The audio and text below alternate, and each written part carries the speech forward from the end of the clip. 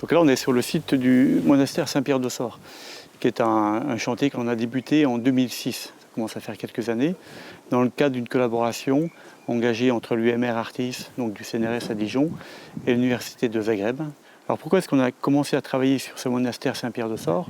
Tout simplement parce que Saint-Pierre était considéré comme un des monastères parmi les plus importants dans l'historiographie croate pour la côte adriatique orientale.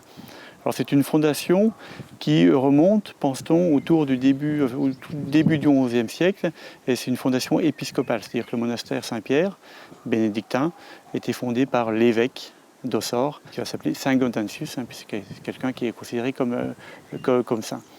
Et puis dans les années 1950, un académicien qui s'appelait Andrei Morovicic a fait des premières fouilles, et notamment il a dégagé le chevet d'une église romane, une église à chevet à triple abside semi-circulaire.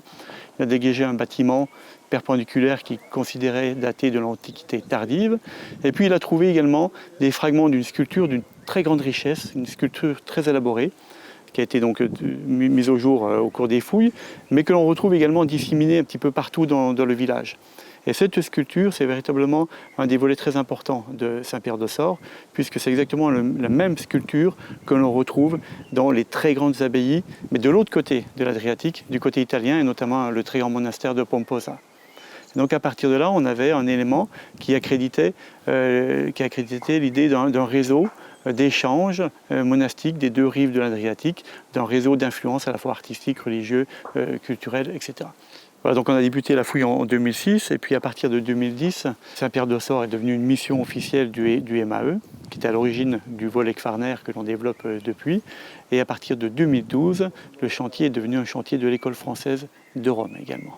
Donc ces 12 années de fouilles ont permis de fouiller l'entièreté de l'église, je dirais même des églises, parce qu'on a découvert une église plus ancienne, et l'environnement immédiat de cette église, et notamment une partie du cloître.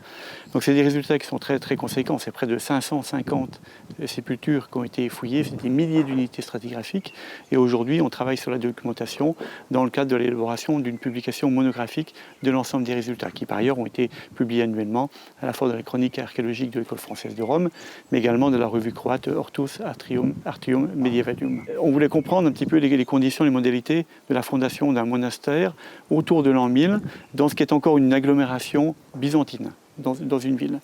Et puis on voulait également comprendre l'évolution architecturale d'un édifice, l'église Saint-Pierre, qui à partir de ses travaux de Morovicic dans les années 1950 est depuis considéré par tous les historiens de l'art croate comme un des monuments insignes de l'architecture romane. Donc finalement, qu'est-ce qu'il en est de cette architecture? L'église romane, elle, succède à un édifice antérieur que l'on date du milieu du IXe siècle, à travers à la fois le mobilier, la sculpture, à travers l'épigraphie, mais également à travers des données archéométriques, notamment quelque chose d'extrêmement important. On a demandé à une collègue du CNRS de l'IRAMAT de Bordeaux, Petra Urbanova, il y a 3 ans, de faire une datation par thermoluminescence, par la technique de l'OSL single grade, des mortiers. Et là où on pensait être en présence d'un édifice des 6e, 7e siècles, l'OSL nous a donné une datation autour de 841, ce qui corroborait finalement les autres éléments. Et cette église, elle est tout à fait particulière, c'est une église privée, une église patrimoniale, qui a été édifiée par le tribun, c'est-à-dire l'administrateur byzantin de la ville d'Ossore, et sa femme, et qu'il a dédié cette église à Saint-Paul et probablement à Saint-Pierre. On est au milieu du IXe siècle, on est sur ces secteurs un petit peu interlopes entre monde occidental et monde byzantin, et l'église mise au jour est assez unique dans la région, pour ne pas dire tout à fait exceptionnelle, puisqu'elle présente un plan cruciforme dont on n'a quasiment aucune comparaison. Et puis très rapidement, et il se trouve qu'on est en plein milieu, dès le Xe siècle, on va construire sur les marges de cette église que l'on dirait carolingienne entre guillemets, puisque le terme est impropre, on va construire un mausolée, petite construction de plan rectangulaire. On est ici au milieu du mausolée, après les travaux de restauration évidemment. Et ce mausolée a accueilli 3 tombes que l'on dit en formae, c'est-à-dire des tombes qui sont préaménagées, préconstruites, et qui habituellement manifestent la présence soit d'une communauté ou alors d'une famille assez importante. Ce mausolée du Xe siècle est donc antérieur à la fondation du monastère.